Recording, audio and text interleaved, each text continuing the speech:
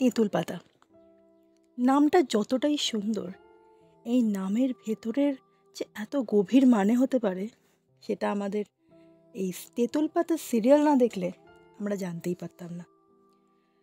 নমস্কার, আমি নবনীতা আপনাদেরকে স্বাগত জানাচ্ছি সিরিয়াল সংক্ষেপ কথায় তেঁতুল পাতা সিরিয়াল নিয়ে।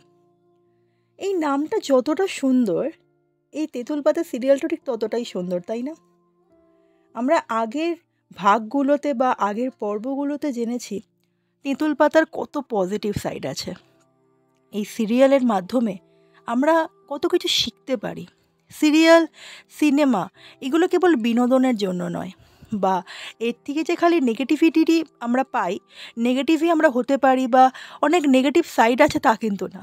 সিরিয়াল, সিনেমা মাঝে মাঝে আমাদের জীবনের এমন কিছু শিক্ষা দিয়ে যায় যা হয়তো আমাদের কোনো বই দিতে পারে না, বা এটাও বলা যেতে পারে যে আমাদের বাস্তব জীবনে যা যা ঘটে সিরিয়াল হয়তো বা সিনেমা হয়তো তারই একটা রূপ।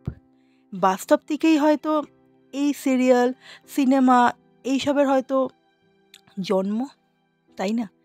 তো তেঁতুল পাতার এই ভাগে আমরা কয়েকটা বিশেষ জিনিস শিখব, আমরা জানবো, একসাথে আমরা আলোচনা করব যে আর কি কি থাকতে পারে এই তেঁতুল পাতায়।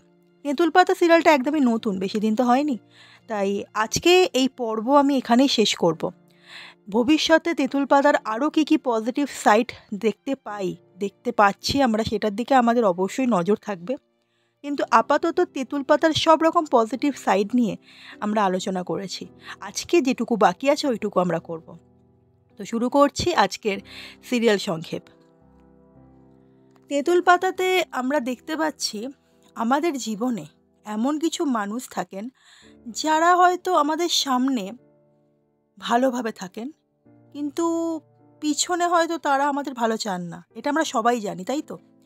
কিন্তু আমাদের জীবনে সেই মানুষ যে সবসময় আমাদের জীবনে খারাপই হয় এমনটা কিন্তু নয়। ঠিক যেমনটা এই সিরিয়ালের, অর্থাৎ আমাদের যে হিরো ঋষিরাজ সিংহ রায়, তার দাদা রানা, সে যে মানুষটা খুব খারাপ এমনটা কিন্তু নয়, কিন্তু তার জীবনের কিছু অভিজ্ঞতা তাকে এখানে খারাপ করছে। যেমন ঋষিকে যতটা ভালোবাসে বাড়ির লোকেরা বা যতটা কেয়ার করে, রানা মনে করে তাকে হয়তো অতটা অ্যাপ্রিসিয়েট করা হয় না।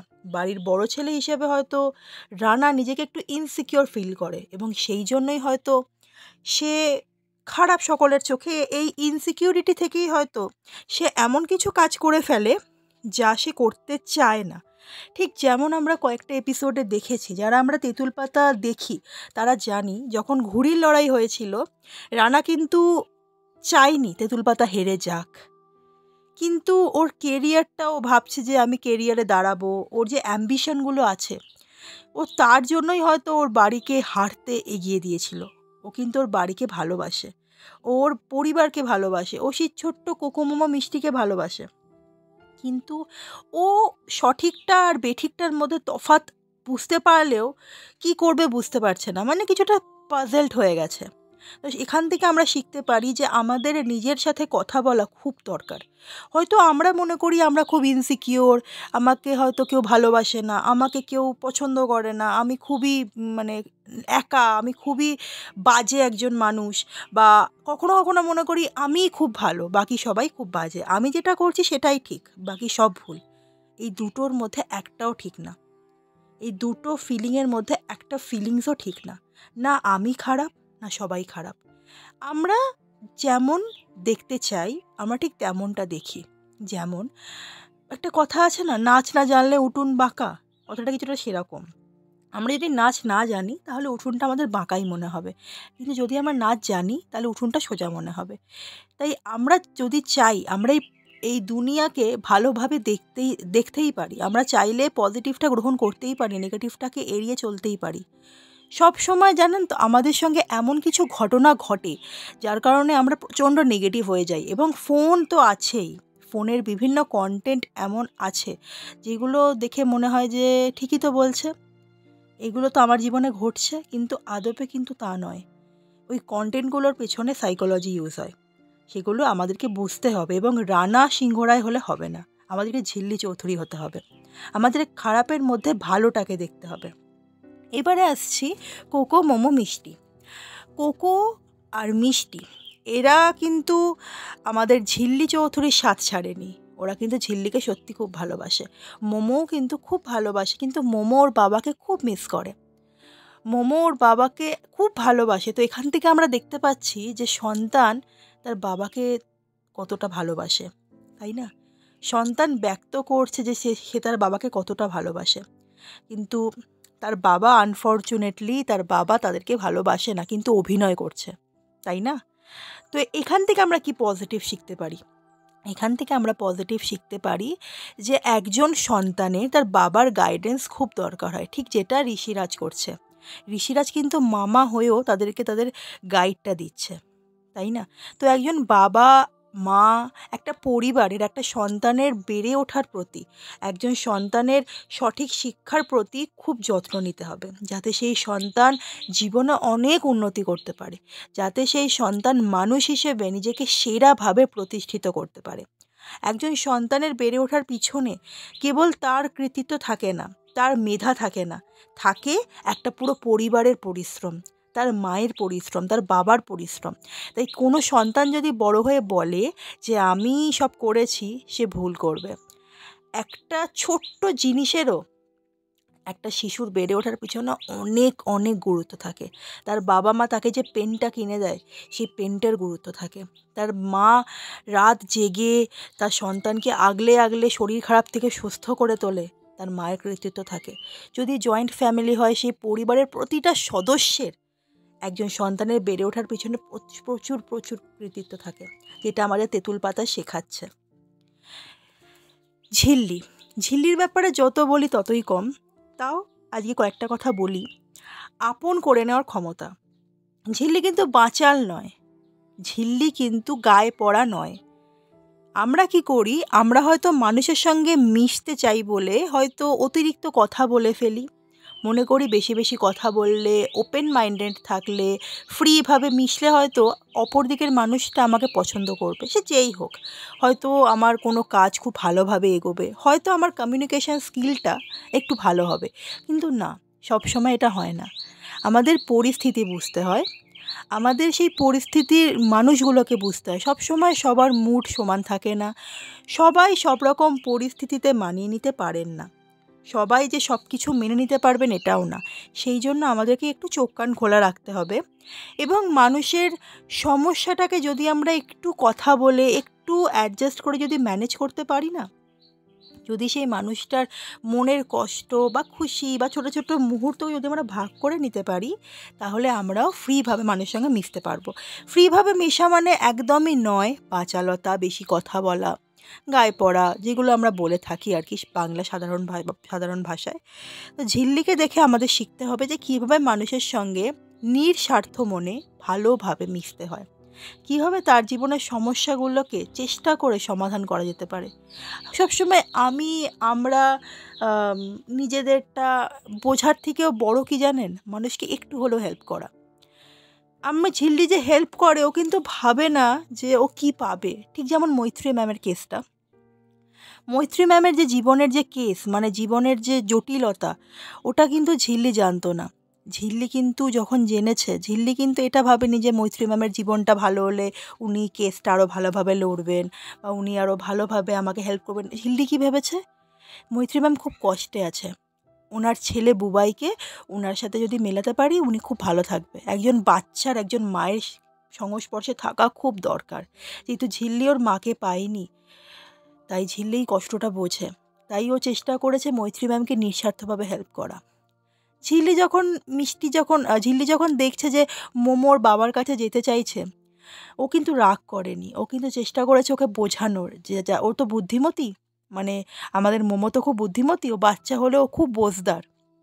তাই চেষ্টা করেছে যে মোমোকে যদি বুঝিয়ে একটুখানি যদি ম্যাচিওর করা যেতে পারে, তাহলে মোমো নিজেই বুঝতে পারবে যে কোথায় থাকাটা ওর জন্য নিরাপদ। আর ঝিল্লি কিন্তু কোর্ট কেস এইসবের জন্য মিষ্টি আর মোমোকে আলাদা করে রাখেনি, তাই না? ঝিল্লি কিন্তু যখনই মিষ্টি বায়না করেছে, ঝিল্লি চেষ্টা করেছে মিষ্টিকে বোঝানোর। যখন মিষ্টি একদম বুঝতে চায়নি, ও তো বাচ্চা, একদমই ছোট, তখন কিন্তু ঝিল্লি কোনো কিছুর পরোয়া না করে যথেষ্ট চেষ্টা করেছে যাতে মিষ্টির সঙ্গে মোমোকে একবার দেখা করানো যায়। ও কিন্তু ভাবেনি যে আমি কেসটা হেরে যাব বা জানি না কি হবে, কিন্তু ও কিন্তু চেষ্টা করেছে। তো এটাই করতে হবে আমাদের জীবনে। না, আমরা সবসময় ভাবি, রিস্ক নিতে ভয় পাই, বা যদি রিস্ক নিও সেই রিস্কটা নয় খুব ছোট হয়ে যায়, নইলে এত বড় হয়ে যায় যে আমরা মেকআপ করতে পারি না। আমরা কিন্তু ব্যালেন্সড রিস্ক নিই না, আমরা কিন্তু ব্যালেন্স রিস্ক নিই না। নয় রিস্কটা নিয়ে এত বড় রিস্ক হয়ে যায় যে আমরা সামলাতে পারি না, রিস্ক নিয়ে ভুল করে ফেলি। আর নইলে এত ছোট রিস্ক নিয়ে যে ওটা নেওয়াও যায়, না নেওয়াও তাই। তো আমাদেরকে দেখতে হবে, একটু পর্যবেক্ষণ করে ব্যালেন্স রিস্ক নিতে হবে। এবং অ্যাট লাস্ট ঋষিরাজ সিংহ রায়, উনি খুবই ডিসিপ্লিনড। ওনার ভালোবাসাটা না উনি বোঝাতে পারেন না, কিন্তু উনি খুব ডিসিপ্লিনড। উনি বাচ্চাদেরকে চেষ্টা করেন যতটা সম্ভব গাইডে রাখার। ওনার গাইডটা খুবই স্ট্রিক্ট, একদমই সত্যি কথা, খুবই স্ট্রিক্ট, কিন্তু ওনার ইন্টেনশানটা খারাপ না। উনি মনে করেন যে হয়তো এটা ঠিকও, অতিরিক্ত চিনি খাওয়া, বাইরের খাবার খাওয়া, এই সবগুলো বাচ্চাদের পক্ষে হেলদি নয়। আর এটাও হতে পারে যে এই সময় যদি তারা ডিসিপ্লিন না হয়, তাহলে তাদের ভবিষ্যতে গিয়ে অসুবিধা হবে। যতই হোক, একজন বাবা মা বা বাচ্চাদের যারা গুরুজন থাকে, পরিবারের সদস্যরা, তারা তো সারা জীবন তাদেরকে গাইড করার জন্য থাকে না। তাই ছোট্ট বয়স থেকেই সঠিক শিক্ষা দেওয়াটা খুব দরকার। এবং শেষে আমি বলবো যে এইটা নয় যে বাবা বা মা নেই বলে সন্তানটা বেওয়ারিশভাবে বড় হবে, তার কোনো শিক্ষা হবে না, সে কোনো সঠিক শিক্ষা পাবে না, এটা কিন্তু নয়। বাবা বা মা না থাকলেও একটা সন্তান বড় হয়। এবং যেটা আমার বলার, সন্তানটা ভালোভাবেই বড় হয়, সে মানুষের মতোই মানুষ হয়। কিভাবে? ঝিল্লি ঝিল্লি কিন্তু ওর বাবাকে দেখেছে, ওর বাবা কতটা নির্দয়। যদিও তার বাবা তার ভুলটা বুঝতে পেরেছে, তার বাবা হয়তো তার ঝিল্লির যে স্টেপ মাদার, তার কথাতেই হয়তো এসব কিছু করেছে, ঝিল্লিকে যত্ন করেনি, সব ঠিক আছে, কিন্তু একটা মানুষের মিনিমাম বিবেক বুদ্ধি থাকা দরকার।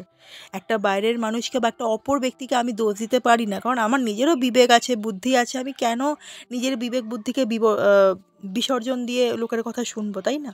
আমাকে তো আমার বিবেক বুদ্ধিটাকে কাজে লাগাতে হবে। যখন আমি ব্যাপারটা বুঝতে পারছি যে এই ব্যাপারটা খারাপ, এই পথে গেলে আমার ভুল হবে, তখন আমার কখনোই অন্যকে দোষ দেওয়া ঠিক না। তাই আমি পুরোপুরি ঝিল্লির যে স্টেপ মাদার, পাস্তা কাকিমা, পাস্তা আন্টি, যে তাকে আমি দোষ দেব না। আমি কিছুটা ঝিল্লির বাবাকেও দোষ দেব, যে উনিও কিছুটা গাফিলতি করেছেন তার সন্তানদের মানুষ করতে। কিন্তু ঝিল্লি আর যে চৌধুরী, এই দুই ভাই বোন, এদের ঝিল্লি কিন্তু একভাবে মানুষ হয়েছে, আর যে কিন্তু একভাবে। দুজনেই একই রকম পরিবেশ পেয়েছে, দুজনে কিন্তু একই রকম মানুষ হতে পারতো, কিন্তু যে বেছে নিয়েছে খারাপটাকে, ঝিল্লি বেছে নিয়েছে সঠিকটাকে। এটাই আমি বলছি যে আমাদের এই চারিদিকে না নানা রকমের কন্টেন্ট, নানা রকমের মানুষজন, নানা রকমের পরিস্থিতি। কোনো মানুষ জানেন তো খারাপ হয় না, মানুষের পরিস্থিতি মানুষকে বদলাতে বাধ্য করে। কোনো সময় কোনো বেঠিক মানুষকে কোনো সঠিক পরিস্থিতি ঠিক করে দেয়, আবার কোনো সঠিক মানুষকে কোনো বেঠিক পরিস্থিতি খারাপ করে দেয়। ঝিল্লির ক্ষেত্রে হয়েছে, ওর যে এই কঠিন পরিস্থিতি, এটা ওকে মানুষ হতে সাহায্য করেছে, কিন্তু যে তার এই কঠিন পরিস্থিতি বদলাতে হেল্প করেছে, কিন্তু সেই বদলটা খুবই খারাপ। তো আমাদেরকে কি করতে হবে? খারাপটা নিলে হবে না। আমাদের পরিস্থিতি যেমনই থাকুক, যদি আপনি ঈশ্বরে বিশ্বাস করেন, যেমন ঝিল্লি কৃষকে বিশ্বাস করে, আপনি যদি ঈশ্বরকে বিশ্বাস করেন তাহলে তো খুব ভালো, তাহলে আপনি সুপ্রিম পাওয়ারের আন্ডারে আছেন, আপনি মনে করেন একজন সুপ্রিম পাওয়ার আছে। আর যদি না বিশ্বাস করেন, তাহলে এই যে যাকে আপনি প্রতিদিন আয়নায় দেখছেন, তাকে বিশ্বাস করুন, এগিয়ে যান। কাউকে তো বিশ্বাস করতেই হবে, নয় নিজেকে নয় ওপরওয়ালাকে। যাকে বিশ্বাস করেন তাকে বিশ্বাস করে এগিয়ে যান, এবং সব সময় পজিটিভটা নিন। তেঁতুল পাতার পর্ব এখানেই শেষ করব। আমার বিশ্বাস যে ভবিষ্যতে তেঁতুল পাতা আরও অনেক এগিয়ে যাবে, আমাদেরকে আরও অনেক শিক্ষা দেবে। জয়েন্ট ফ্যামিলির গুরুত্ব থেকে শুরু করে, আমাদের মা বাবা ছাড়াও মামা মামিও যে এত যত্ন করতে পারে, ঝিল্লি একটা অচেনা মানুষ হয়ে যে বাচ্চাদের এত যত্ন করতে পারে, একটা মেয়ে যে গায়ে পড়া, বাংলা ভাষায় গায়ে পড়া বাঁচাল না হয়েও এতটা মিশুকে হতে পারে, একজন মানুষ যে ডিসিপ্লিনড হতে পারে, ভালোবাসা যে এত সুন্দর হতে পারে, জয়েন্ট ফ্যামিলি যে এত সুন্দর হতে পারে, মা না থাকলে যে এত কষ্ট হতে পারে, আবার জেঠু জেঠিমা, অর্থাৎ ঝিল্লির যে জেঠু জেঠিমা, ঋষিরাজের যে জেঠু জেঠিমা তারাও যে ঝিল্লির বাবা মা হয়ে উঠতে পারে, এইগুলো তো আমরা তেঁতুল পাতার থেকেই শিখছি, তাই না? আজকের পর্বটা একটু বড় হয়ে গেল, যেহেতু তেঁতুল পাতার আজকের শেষ পর্ব। আশা রাখছি আপনাদের ভালো লেগেছে। ভবিষ্যতে আরও সুন্দর সুন্দর সিরিয়াল সংক্ষেপ কথা নিয়ে আসবো। আমার বিশ্বাস যে এই সিরিয়াল সংক্ষেপ কথা পরিবার অনেক বড় হবে। আরও আপনাদের অনেক মতামত, আপনাদের অনেক কমেন্টস আমি দেখব, যেগুলো আমাকে আরও উন্নত হতে হেল্প করবে। যদি কোনো পয়েন্ট মিস করে গিয়ে থাকি কমেন্টে বলবেন, এবং আপনাদের কি মতামত অবশ্যই জানাবেন। চেষ্টা করব শুধরে নেওয়ার। অসংখ্য ধন্যবাদ। পাশে থাকুন। খুব তাড়াতাড়ি আবার দেখা হচ্ছে। এগিয়ে যান, পজিটিভ নিন, নেগেটিভকে বর্জন করুন। ধন্যবাদ।